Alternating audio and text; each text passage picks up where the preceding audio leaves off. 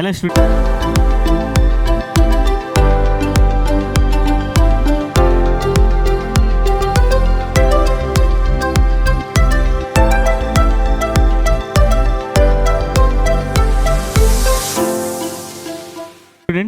My name is Sumit Kumar Chauhan. आज हम फिर एक नए टॉपिक के साथ अपनी क्लास को स्टार्ट करते हैं। पिछले दिनों हमने इंट्रोडक्शन टू कंप्यूटर और हार्डवेयर रिलेटेड टॉपिक्स के बारे में जाना था और इसके बाद हमने उससे रिलेटेड क्वेश्चंस को भी सॉल्व किए थे। आई होप आपने वो वीडियोस देखी होंगी, चीज़ें आपको क्लियर हुई होंगी, आपने क्वेश्चन सॉल्व किए होंगे और उसके बारे में जाना होगा। ठीक है, आज हम एक नए टॉपिक के साथ अपनी क्लास को स्टार्ट करते हैं जो कि हमारा है कंप्यूटर मेमोरी। ठीक, स्टार्ट करते हैं आज हम कंप्यूटर मेमोरी के बारे में और ये जानेंगे कि कंप्यूटर मेमोरी होती क्या है या मेमोरी है तो है क्या। ठीक, कितने टाइप्स की होती है, कौन सी मेमोरी क्या वर्क करती है, ये सारी चीज़ हम इस चैप्टर में समझेंगे। ओके, तो स्टार्ट करते हैं। पहले हम बात करते हैं मेमोरी की, या मैं कहूँ कंप्यूटर मेमोरी की। ये है क्या? तो देखिए, कंप्यूटर मेमोरी का मतलब एक फिजिकल प्लेस है जहां हम डेटा स्टोर करते हैं, जैसे text, image, audio and video.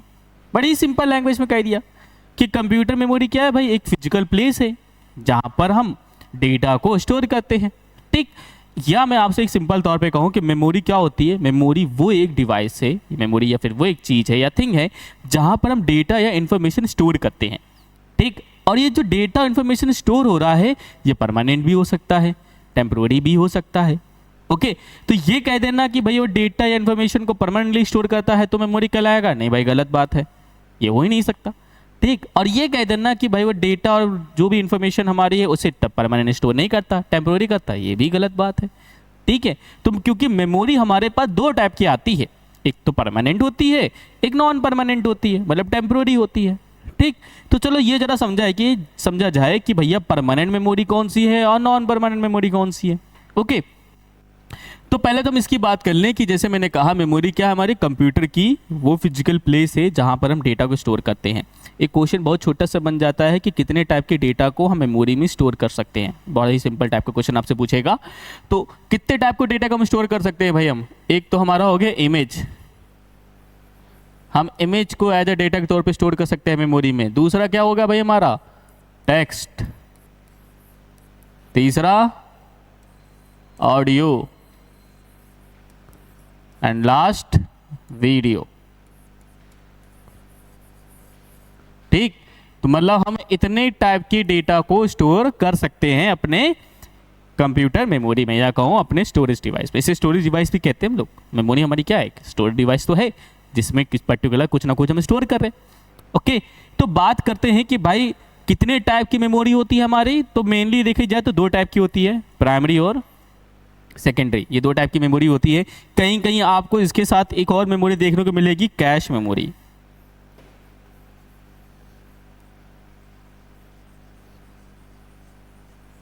कहीं कहीं आपको इसके साथ कैश मेमोरी देखने को भी मिलेगी, बट मैं आपसे कहूंगा कि कैश मेमोरी हमारी प्राइमरी मेमोरी का ही पार्ट होता है, वो आती प्राइमरी मेमोरी के अंडर ही है। ठीक, तो प्राइमरी मेमोरी क्या है, सेकेंडरी मेमोरी क्या है, जरा ऐसे समझते हैं। प्राइमरी मतलब समझते होंगे आप लोग, ठीक है, प्राथमिकता। ठीक, कहने का मतलब क्या हो गया कि कंप्यूटर की वो मेमोरी जिससे कंप्यूटर सबसे पहले प्रायोरिटी देता है अपने।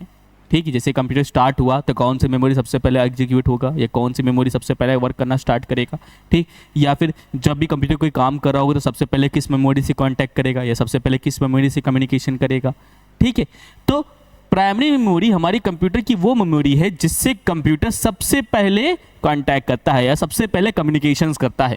ठीक है, और बात क्या है भाई, लैंग्वेज की बात करी जाए तो प्राइमरी मेमोरी, जिसे मेन मेमोरी के रूप से भी जाना जाता है, कंप्यूटर का वो पार्ट है जो करंट में यूज आने वाले डेटा और इंफॉर्मेशन को स्टोर करता है, जिसे सीपीयू के द्वारा डायरेक्ट एक्सेस किया जा सकता है।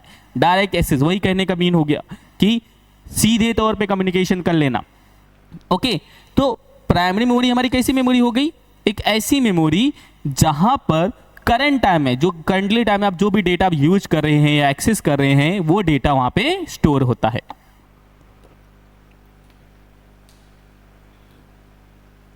वही अगर हम बात करें सेकेंडरी मेमोरी की, ठीक, तो सेकेंडरी मेमोरी क्या है, सेकेंडरी मेमोरी उन स्टोरेज डिवाइस को रेफर करती है जो कंप्यूटर बंद होने पर भी डेटा को परमानेंट रूप से बनाए रखती है।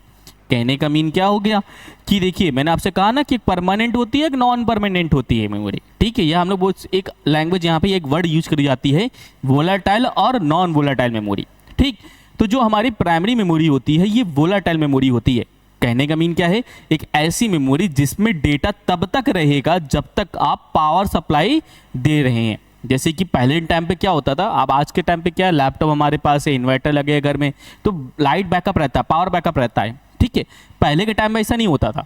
पहले टाइम में क्या है, जैसे आपका सिस्टम लाइट चली गई सिस्टम बंद हो जाता था। ठीक, जैसे सिस्टम बंद हुआ, अगर आप कोई वर्किंग कर रहे हैं उस टाइम पे तो आपने सेव नहीं किया है। ठीक है, करंट टाइम पे जो भी आप काम कर रहे हैं वो डेटा आपकी प्राइमरी मेमोरी में सेव होती है। ओके, जैसे आप उस डेटा को सेव कर देते हो वो तुरंत किस में चली जाती है, सेकेंडरी मेमोरी में स्टोर हो जाती है। ओके, तो अगर आप जैसे वर्क कर रहे हो, प्राइमरी मेमोरी में डेटा आपका सेव्ड है, पावर चली गई, सिस्टम बंद हो गया, तो जो डेटा उस टाइम पे प्राइमरी मेमोरी में सेव था वो डेटा हो जाएगा लॉस, खत्म। ओके, वही अगर हम बात करें सेकेंडरी मेमोरी की, अगर आपने उस डेटा को सेव कर दिया है तो वो डेटा प्राइमरी सेकेंडरी मेमोरी में आ गया। और सेकेंडरी मेमोरी की खासियत ही यही है कि किसी भी डेटा को परमानेंट रूप से स्टोर करना। समझ गए मेरी बात? तो प्राइमरी मेमोरी को हम वोलाटाइल मेमोरी कहते हैं और सेकेंडरी मेमोरी को हम लोग क्या कहते हैं, नॉन वोलाटाइल मेमोरी भी कहते हैं। ठीक, इसे हम लोग टेम्पररी मेमोरी भी कह सकते हैं, इसे हम लोग परमानेंट मेमोरी भी कह सकते हैं। ठीक, नाम बहुत सारे हैं बुलाने के। प्राइमरी मेमोरी को हम कितने नाम से बुला सकते हैं आप ऐसे समझिए, एक तो प्राइमरी मेमोरी हो गया, दूसरा मेन मेमोरी हो गया। ठीक, तीसरी बात करी जाए तो ये टेम्पररी मेमोरी है, चौथी बात करी जाए तो ये शॉर्ट टाइम मेमोरी है, पांचवी बात करी जाए तो ये वोलेटाइल मेमोरी है, छठी बात करी जाए तो ये इंटरनल मेमोरी भी है। ठीक, तो मतलब इतने टाइप से हम प्राइमरी मेमोरी को कह सकते हैं। अब बात अगर वही करी जाए सेकेंडरी मेमोरी की, सेकेंडरी मेमोरी कितने नाम से हम प्रोनाउंस कर सकते हैं, बोल सकते हैं? तो एक तो नाम सेकेंडरी मेमोरी हो गया, दूसरा हो गया परमानेंट मेमोरी। ठीक, तीसरा हम इसमें क्या कह सकते हैं, ये ऑक्सिलरी मेमोरी है। ठीक है, चौथा हम क्या कहते हैं, ये एक्सटर्नल मेमोरी है। ठीक, तो इस तरीके से एक टाइप की मेमोरी जैसे हम लोग जो प्राइमरी सेकेंडरी जो कह रहे हैं, इससे बुलाने का, इसे पुकारने का बहुत सारे नाम हैं। ओके, तो इसी में हम आगे बढ़ते हैं और बात करते हैं कि भाई मेमोरी जो है वो दो पार्ट में डिवाइड हो गई, प्राइमरी और सेकेंडरी मेमोरी में। ठीक, प्राइमरी मेमोरी कितने पार्ट हमारे होते हैं, देखा जाए तो तीन पार्ट हैं, रैम, रोम और कैश। ये तीन पार्ट होते हैं प्राइमरी मेमोरी में। रैम की बात करी जाए तो S RAM, D RAM, H D RAM, D D are RAM और डब्ल्यू रैम, ये होती हैं इतनी टाइप की। रोम की बात करी जाए तो M ROM, P ROM, E P ROM, E P ROM और फ्लैश मेमोरी। अब यहाँ पे आप जो फ्लैश मेमोरी देख रहे हैं ये सेकेंडरी मेमोरी भी है, ये यहाँ पे सेकेंडरी मेमोरी भी होता है, ये रोम भी है। ठीक है, और एज ए सेकेंडरी मेमोरी भी यूज कर सकते हैं इसे हम। फिर कैश की बात करी जाए तो L1, L2 और L3, ये बेसिकली लेवल 1, लेवल 2 और लेवल 3 होते हैं। फिर सेकेंडरी मेमोरी हमारी मैग्नेटिक मेमोरी, ऑप्टिकल मेमोरी और फ्लैश मेमोरी। देखिए यहाँ पे भी नाम आ रहा है फ्लैश मेमोरी का। ठीक है, तो जो फ्लैश मेमोरी है सेकेंडरी मेमोरी भी होती है और ये रोम भी होती है, हम इसे रोम के टाइम में भी यूज कर सकते हैं। अब ये कैसे है, किस तरीके से, ये हम समझते हैं। तो पहले हम बात करते हैं, फुल फॉर्म्स यहाँ पे आपको दे रखे हैं रैम का, जैसे कि random access memory, S RAM मतलब static memory, static RAM sorry, D RAM हमारा dynamic RAM, H D RAM मतलब सिंक्रोनस डायनामिक रैम, ये बेसिकली डी रैम का ही पार्ट होता है। फिर डी डी आर हमारा double data rate, W RAM हमारा वीडियो रैम या फिर इसे ओ एस रैम भी कहते हैं हम लोग। फिर रोम की बात करी जाए तो read only memory, P ROM की बात करी जाए तो प्रोग्रामेबल रोम, ई पी रोम की बात करी जाए तो erasable and programmable Rome, E P की बात करी जाए तो इलेक्ट्रिकली इरेजेबल प्रोग्रामेबल रोम। ठीक, ये सबके फुल फॉर्म से, और ये सारे फुल फॉर्म आपको याद भी रखने हैं क्योंकि ये डायरेक्ट तौर पे पूछा जाने वाला क्वेश्चन है कि RAM, what is the full form of RAM. ठीक, आपसे पूछ ले what is the full form of S RAM. Okay, फिर आपसे ऐसे पूछ ले कि what is the full form of E P रोम। ठीक, और ये जो आपका ई पी रोम है इसे हम लोग ई स्क्वायर पी रोम भी कहते हैं। ठीक, मैथ की बात करी जाए तो ओके, तो ऐसे भी आपसे पूछ सकता है ई स्क्वायर पी रोम का फुल फॉर्म क्या होता है, यही आपका ई पी रोम ही होता है। ओके, फिर इसी में बात करते हैं आगे रैम की, रैंडम एक्सेस मेमोरी। अब रैम क्या है? रैम एक ऐसा कॉमन वर्ड है कि आज के टाइम पे हर एक बच्चा सुनता है या हर एक व्यक्ति ये जानता है। जब बात करी जाती है रैम की, तो जब भी हम जैसे फ़ोन लेने जा रहे हैं, डिवाइस लेने जा रहे हैं, लैपटॉप हो गया, सिस्टम्स हो गया, तो ये ज़रूर पूछा जाता है कि भाई रैम कितनी जीबी की आपको चाहिए? 4 जीबी की चाहिए, 8 जीबी की चाहिए, 16 जीबी की चाहिए? तो रैम का इम्पोर्टेंस क्या है और रैम वर्किंग क्या करता है? ठीक, हमें पहले यही समझना है। अगर आप जैसे कि टॉपिक जो पढ़ रहे हैं, जैसे हम मेमोरी की बात कर रहे हैं, तो ये रैम एक ऐसा वर्ड है जो डेली रूटीन हम लोग आए दिन देखते हैं। हम जब भी कोई फ़ोन लेने जाते हैं, लैपटॉप लेने जाते हैं, तो हमारा एक माइंडसेट होता है। माइंडसेट क्या होता है कि जितनी ज़्यादा रैम होगी उतना अच्छा सिस्टम होगा। ऐसा नहीं होता, ठीक है। सिर्फ बात रैम की नहीं होती है, बात यहाँ प्रोसेसर की भी करी जाती है कि रैम के एक परफेक्ट रैम के साथ एक परफेक्ट प्रोसेसर भी चाहिए। बैलेंस होना ज़रूरी है। अगर आपके सिस्टम की जो हार्डवेयर लगे हैं, रैम, रोम, प्रोसेसर, ये जो लगे हैं, अगर ये बैलेंस्ड है तो आपका जो सिस्टम है ये बहुत अच्छा होगा, इसकी परफॉर्मेंस बहुत अच्छी होगी। लेकिन ये अनबैलेंस्ड है। अनबैलेंस कहने के मीन क्या है कि रैम तो चलिए मान लीजिए 16 जीबी लगी है, लेकिन प्रोसेसर बहुत ही पुराना लगा है, सेकंड जनरेशन का प्रोसेसर लगा है, तो कैसा हो गया? ये अनबैलेंस्ड हो गया। तो फिर आपके सिस्टम की जो परफॉर्मेंस हाई होनी चाहिए वो हाई नहीं होगा। ओके, तो जब बात करी जाए रैम की, तो रैम एक्चुअल में करता क्या है, ये बात उठेगी। तो रैम हमारा करता क्या है, जरा ये समझिए। Random access memory computing component में एक महत्वपूर्ण कंपोनेंट है जो मेन मेमोरी के रूप में वर्क करता है, जो क्विक डेटा एक्सेस और प्रोसेसिंग की अनुमति देता है। मतलब एक तरीके से परमिशन देता है, अलाउ करता है आपको कि आप क्विक डेटा एक्सेस कर लीजिए और प्रोसेसिंग कर लीजिए। ये तो टेक्निकल लैंग्वेज हो गया जो बेसिकली हमारे बुक्स में, इंटरनेट्स में आपको देखने को कहीं ना कहीं मिल जाएगा। लेकिन हम जनरल डेली रूटीन की बात करते हैं कि रैम का काम क्या है।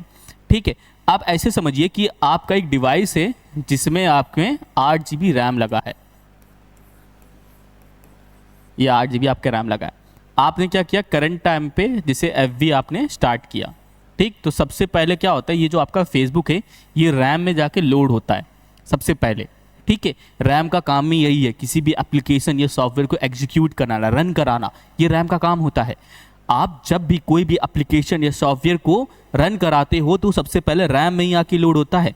ठीक, यहीं से डायरेक्ट एक्सेस आपको सीपीयू में मिलता है, प्रोसेसिंग डायरेक्ट होती है। ठीक, तो जैसे आपने एफबी खोला तो एफबी आ गया, उसी टाइम जैसे आपने स्विच कर लिया, आपने व्हाट्सएप आपने खोल लिया अगर, तो यहाँ पे क्या आ जाएगा, आपका व्हाट्सएप आ जाएगा। ठीक, और ये लोड होता चला जाएगा। कब तक लोड होगा? जब तक आप किसी भी एक प्रोग्राम को बंद नहीं करते हो। ठीक है, जैसे आपने क्या किया, कंटिन्यूसली आप सॉफ्टवेयर अपने फ़ोन में या डिवाइस में चलाते जा रहे हो। जैसे आपने स्टार्ट किया कि फेसबुक आपने चालू किया, उसके तुरंत आपने बंद करके आपने व्हाट्सएप चालू कर लिया, व्हाट्सएप चालू किया तुरंत से बंद करके आपने इंस्टाग्राम चालू कर लिया, इंस्टाग्राम चालू किया तुरंत बंद करके यूट्यूब चालू कर लिया। लेकिन आपने उसका विंडो क्लोज नहीं किया, बस आपने मिनिमाइज कर दिया। तो उस कंडीशन में क्या है, आपके रैम में उसमें 4 सॉफ्टवेयर इसमें पड़े हुए हैं। ठीक, तो भैया वो क्या करे, रैम को कंज्यूम करेगा। और हमारे फ़ोन की दिक्कत भी यही है, इवन हमारी ये आदत भी यही है कि हमें ये पता ही नहीं है कि रैम वर्किंग किस तरीके से करता है। और इसी वजह से हम रैम की परफॉर्मेंस को दिन पर दिन गिराते चले जाते हैं। ठीक, आप ऐसे अंदाज़ा लगा लीजिए, और आपने इस चीज़ को फील भी किया होगा कि जब आप नया फ़ोन लेके आते हो तो आपके फ़ोन की परफॉर्मेंस बहुत अच्छी होती है।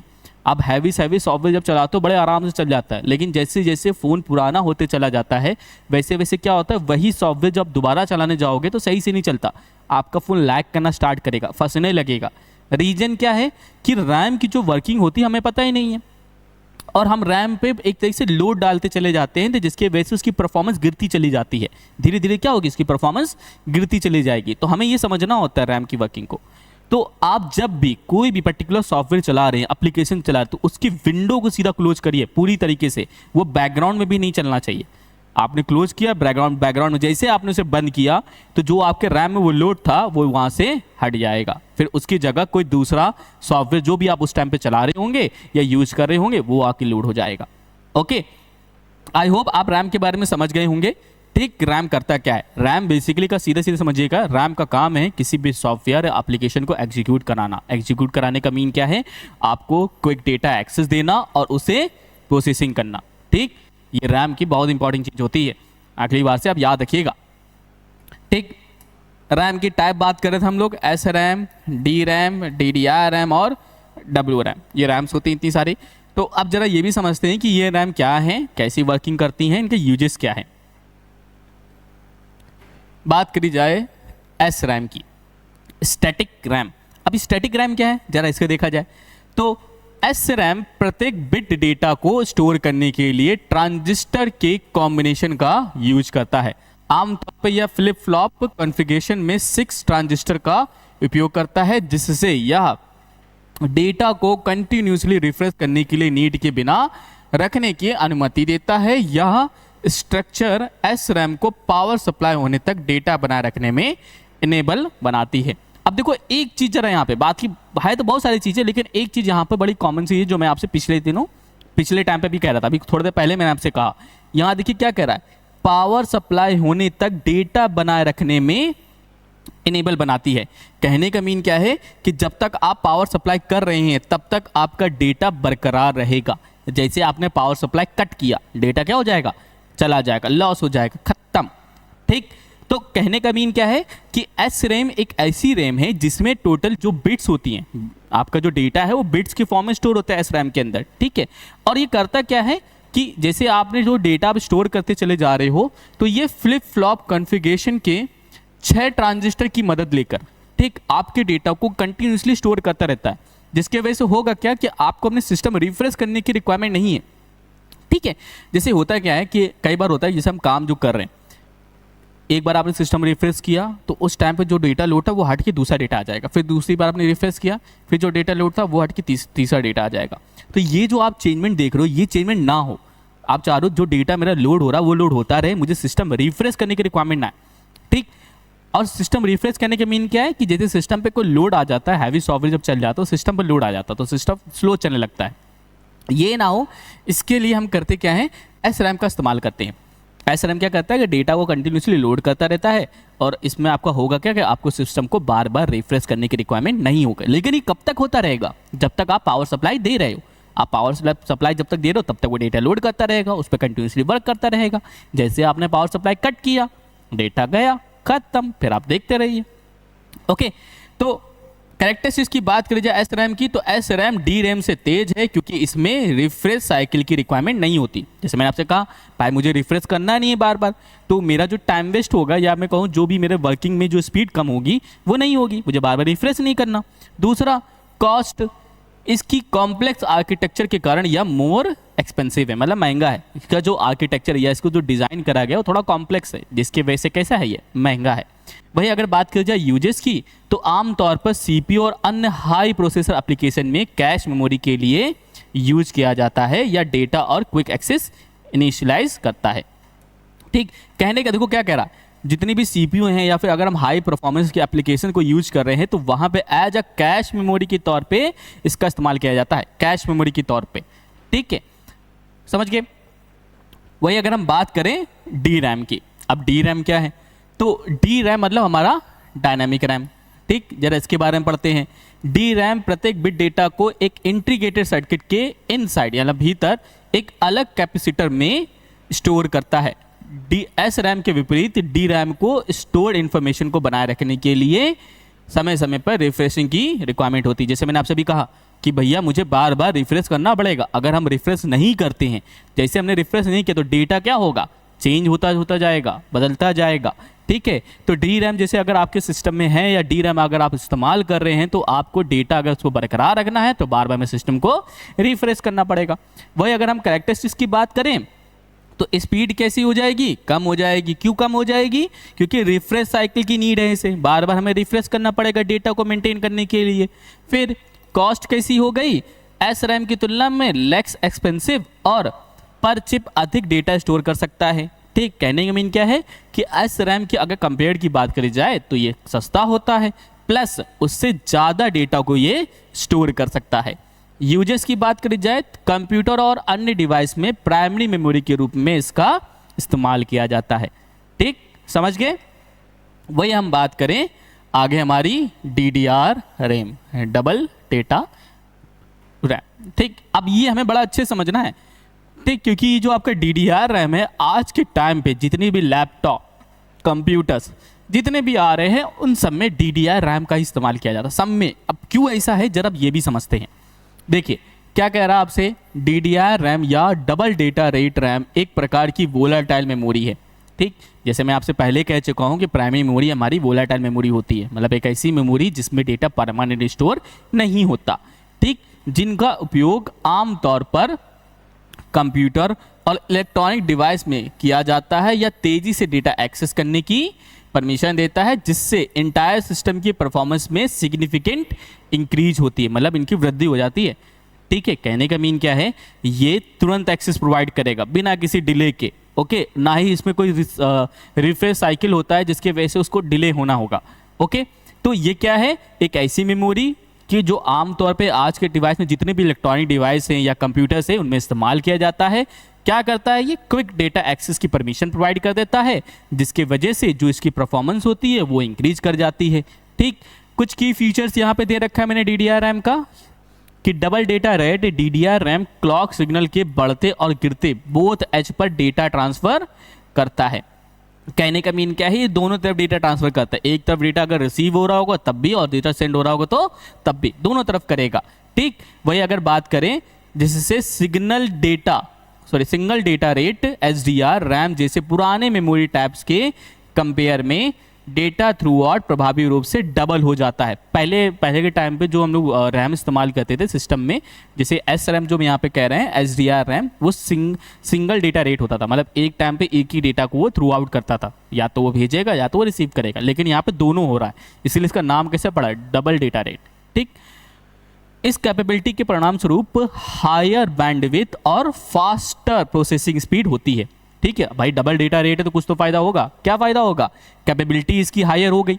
दूसरी फिर क्या कह रहा है आपसे, फास्टर प्रोसेसिंग स्पीड, इसकी जो स्पीड है प्रोसेसिंग करने को कैसी हो गई, ज़्यादा हो गई।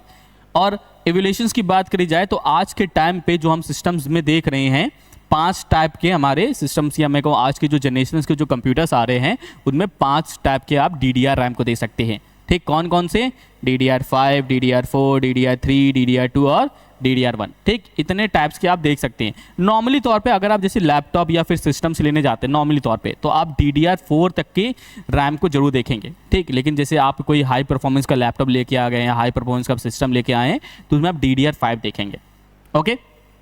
चले फिर वही बात करते हैं हम WRAM की, विंडो रैम, ठीक। अब WRAM क्या है हमारा, ये बड़ी खास है, जरा से समझिएगा। WRAM या विंडो रैम एक विशेष प्रकार की वीडियो रैम है, जिसे VRAM भी कहते हैं हम लोग, जिसे हाई परफॉर्मेंस एप्लीकेशन के लिए डिजाइन किया गया है। यह डुअल पोर्टेड है जो डेटा के साथ रीड और राइट की अनुमति देता है, जिससे ट्रेडिशनल VRAM की कंपेयर में इसकी इफिशिएंसी बढ़ जाता है। हम WRAM को वीडियो रैम इसलिए कह रहे हैं क्योंकि इसे हम ग्राफिक्स कार्ड भी कहते हैं, ठीक। आज के टाइम पे ग्राफिक्स कार्ड के बारे में आप जानते होंगे, नहीं जानते तो आप मैं बता देता हूं आपको। जब भी हमें कोई हाई परफॉर्मेंस एप्लीकेशन जिसमें ग्राफिक्स की नीड होती है, या फिर जैसे गेमिंग हम लोग खेल रहे हैं आज के टाइम पे, हाई परफॉर्मेंस गेमिंग जो हम लोग खेलते हैं, ठीक है, उन सब में हमें ग्राफिक्स की नीड होती है। अगर जैसे हम चाह रहे हैं कि वो जो एप्लीकेशन है बहुत अच्छे चले, बिना किसी रिकॉर्ड के चले, तो हम ग्राफिक्स कार्ड का इस्तेमाल करते हैं, या मैं कहूँ ग्राफिक्स रैम का इस्तेमाल करते हैं। तो जो ये जो विंडो आप देख रहे हैं, विंडो रैम, ये आपकी वही है, या फिर आप कह सकते हो जो वीडियो एडिटिंग करी जाती है, हाई परफॉर्मेंस की वीडियो एडिटिंग, एनिमेटेड वीडियो जो बनाई जाती हैं, वो सब इसी के बिहाफ पे काम करती हैं, ठीक। ये अलग से लग के आता है सिस्टम में, ठीक है। आप जैसे नॉर्मल अगर कोई सिस्टम ले रहे हैं, लैपटॉप ले रहे हैं, तो उसमें DDR4 या DDR5 टाइप की रैम आपको मिलेगी। लेकिन आप अपनी रेंज बढ़ाते हैं, जैसे 60-70 हज़ार में जैसे आपको लैपटॉप लेने जाते हैं, तो उसमें ग्राफिक कार्ड जरूर मिलेगा आपको, 2 GB का, 4 GB का, ठीक। तो वो जो आप ग्राफिक्स कार्ड देखते हैं वही आपका वीडियो रैम होता है, या मैं कहूँ ग्राफिक्स रैम होती है, ओके। तो आज की क्लास मैं यहीं तक रखता हूँ। आज हमारा टॉपिक मेमोरी का मैंने स्टार्ट किया, हमने रैम के बारे में समझा है। हम क्लासेस को बड़ी नहीं करेंगे, जैसे मैंने आपसे कहा, हम टॉपिक को कवर अप करते चले जाएंगे, टॉपिक बाय टॉपिक चीज़ें पढ़ते चले जाएंगे, और उससे रिलेटेड क्वेश्चंस भी हम सॉल्व करते चले जाएंगे, ठीक। तो आज की क्लास में इतना ही रखता हूँ, फिर हम मिलेंगे इसी टाइम पे, क्लास को अपने कंटिन्यू करेंगे, और आप सभी को दिवाली की हार्दिक शुभकामनाएं। Thank you.